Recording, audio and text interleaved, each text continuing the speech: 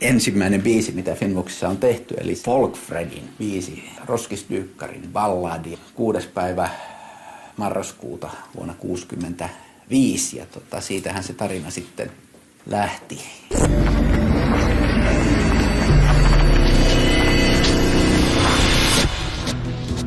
Se on kuin haju vettä, ilmoihin katoaa.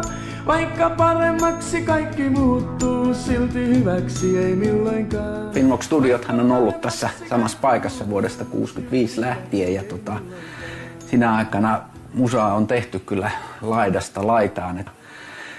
Tässä ollaan nyt Finnvoxin B-studiossa ja tämä todella on rakennettu 67 ja tässä on ihan originaali lattia ja paljon seinäelementtejä ja muita on ihan alkuperäistä. Että silloin kun tänne tullaan, niin tullaan tekemään töitä, koska jokainen päivä maksaa ja yleensä se on suoraan pois artistin tuloista. Eli levyyhtiöhän riikuuppaa kaikki kulut nykyään sopimuksissa, että sillain niin kuin,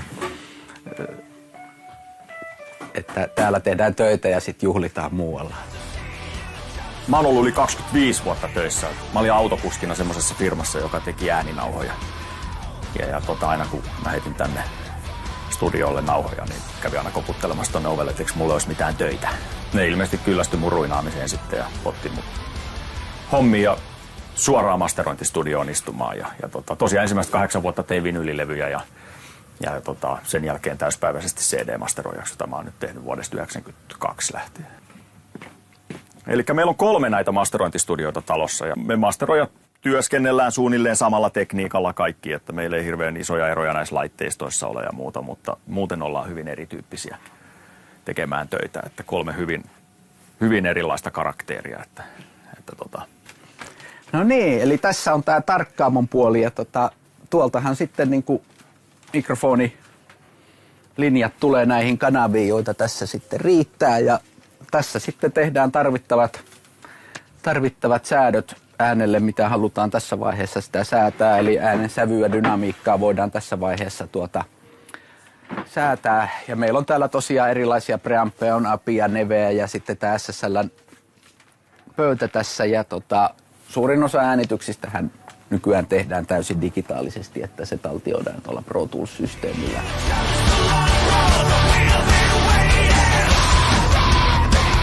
Finnvoxin kahvi on edelleen erittäin sosiaalinen paikka. Voi kohdata hyvinkin erilaisia ihmisiä toisiaan ja kansanmusa, jengi, jats, jengi ja tietysti sitten tämä ihan hittiartistit ja metalli, hard rock väki, niin kaikki löytää tänne hyvin tiensä.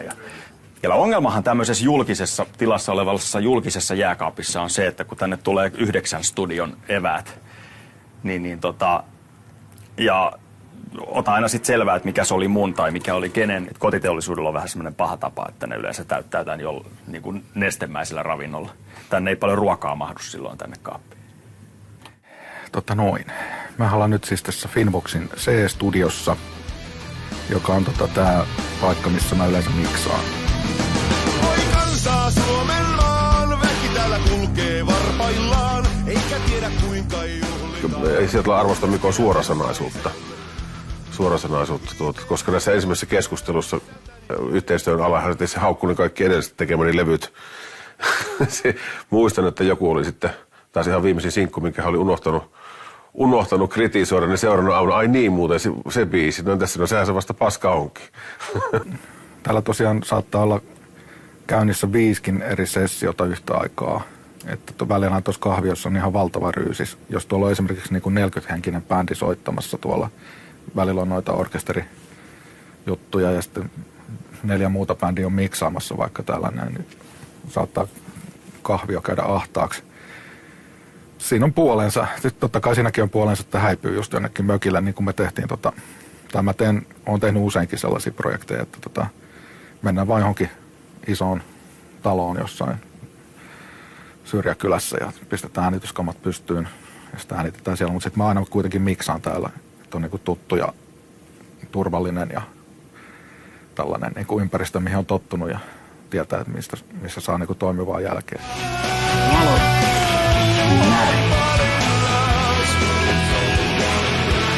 Tämä on Studio A.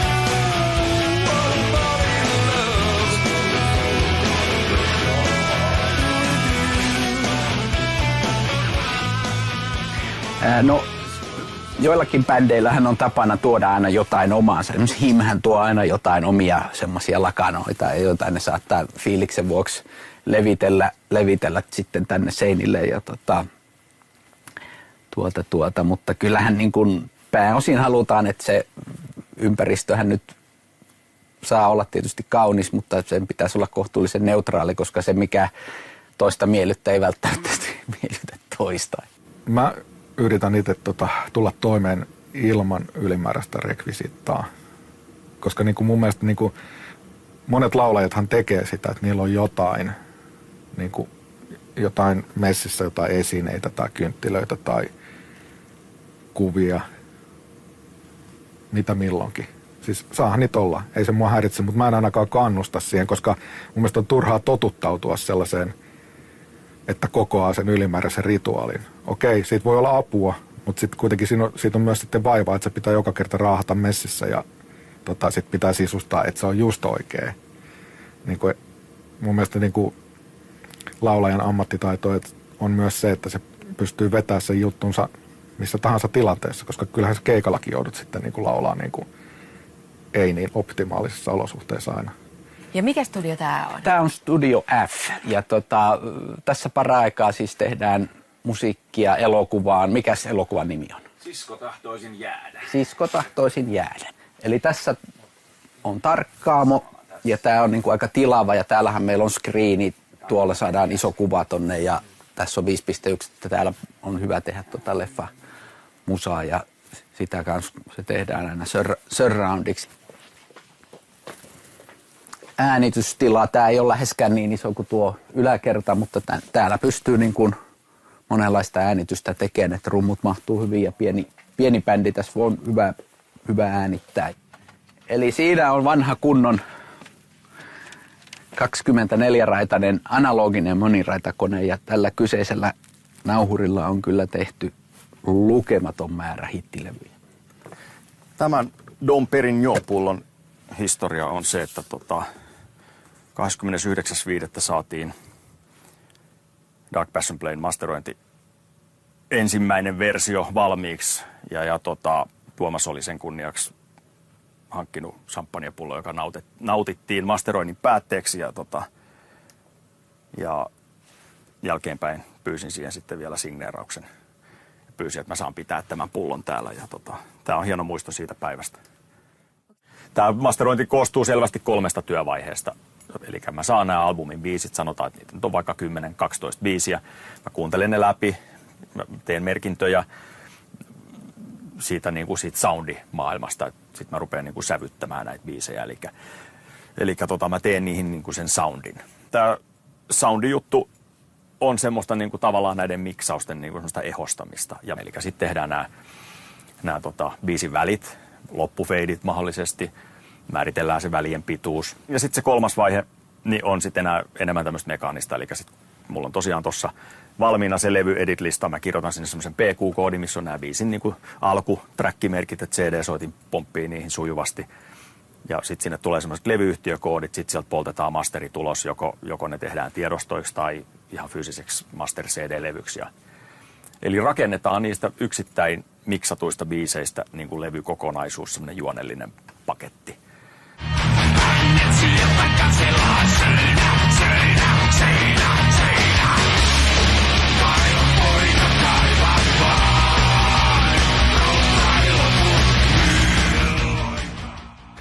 No, kotiteollisuuden kanssa on välillä joutunut silleen niin kuin varsinkin silloin alkupuolella joutui vähän niitä perkeleitä ja jumalia karsimaan sieltä, koska niin kuin, se kävi vaan niin kuin rasittavaksi kuunnella.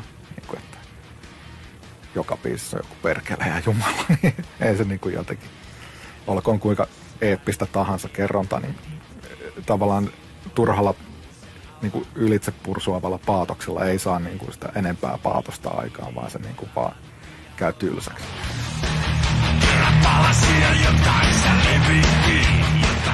Nykykäytäntöhän on se, että jos on tietokone, sinne voi äänittää niin kuin näitä raitoja, niin kuin, okei, tässä nyt ei näy, mutta että niin kuin tilaa on. Tuossa on taustalaulu ja parikymmentä raitaa. Mutta että niin kuin liidilaulu on myös ollut parikymmentä raitaa, että se on koottu tuollaista best of niistä alkuperäistä lauluraidoista, tuollaisia pätkiä. Tässä me ollaan tehty silleen niin kuin Timon kanssa, että on niin kuin laulettu koko biisiä tai sitten säkeistöä, mutta aina niin kuin sellaista kokonaista pätkää niin kuin vaikka 10 kertaa ja ne kaikki säästetään ja sitten niistä vaan valkataan, niin kuin, mikä oli hyvä. Sana kerrallaan vaikka. On niin nuori tää mun rakkauteen, sen tiedän. Mä oon itse äänittänyt ja miksannut 3 Paddingin albumia ja ne on kaikki äänitetty nimenomaan tässä studiossa. Sitten kun meillä on nämä kuuluisat äänitysvalot, jotka oli jo silloin, ja siihen aikaan ne oli vielä semmoset niin kuin automaattiset, että aina kun äänitys meni päälle, niin siihen syttyi punainen valo. Ja se jännitti hirveästi, mutta sitten me keksittiin semmoinen tosi hieno juttu, että me ruuattiin nuo lampun kannat irti, että se valo ei syttynyt. Ja aina kun pantiin äänitys päälle, niin sanottiin, että harjoitellaan. Ja sitten harjoitellaan uudestaan, otettiin toinen raita ja sitten sanotaan, että no ruvetaan sitten nauhoittamaan, mutta yleensä sitten ne ei ollut enää sit niin hyviä, kun Rauli rupesi niinku jännittämään, että kun hän luuli, että nyt ruvetaan, vaikka siis oikeasti oltiin jo nauhoitettu. Että tämä on jäänyt mulle hyvin elävästi mieleen, tämä taktiikka, että yleensä ne laulut, mitkä sieltä levyltä kuuluu, niin on näitä nimenomaan harjoituksia. Naurat yön, hatustani taion taikayön, siinä minä liidän loistaen. Tässä huoneessa on monta klassikkoa nauhoitettu ja mulle itselle on niin aivan mieletön kunnia-asia, että mä oon täällä tehnyt. Että se on niin se tavallaan yhden unelman täyttyvyys. Mä sitä en millään tavalla pidä itsestäänselvyytenä, koska tämä on kuitenkin sellainen se suomalaisessa musiikissa se paikka. Joka tiedetään kyllä sitten ulkomaillakin. Että niin paljonhan sitä käytetään niin muidenkin toimesta, mutta kyllä mulle se on sillä tavalla kova juttu kyllä.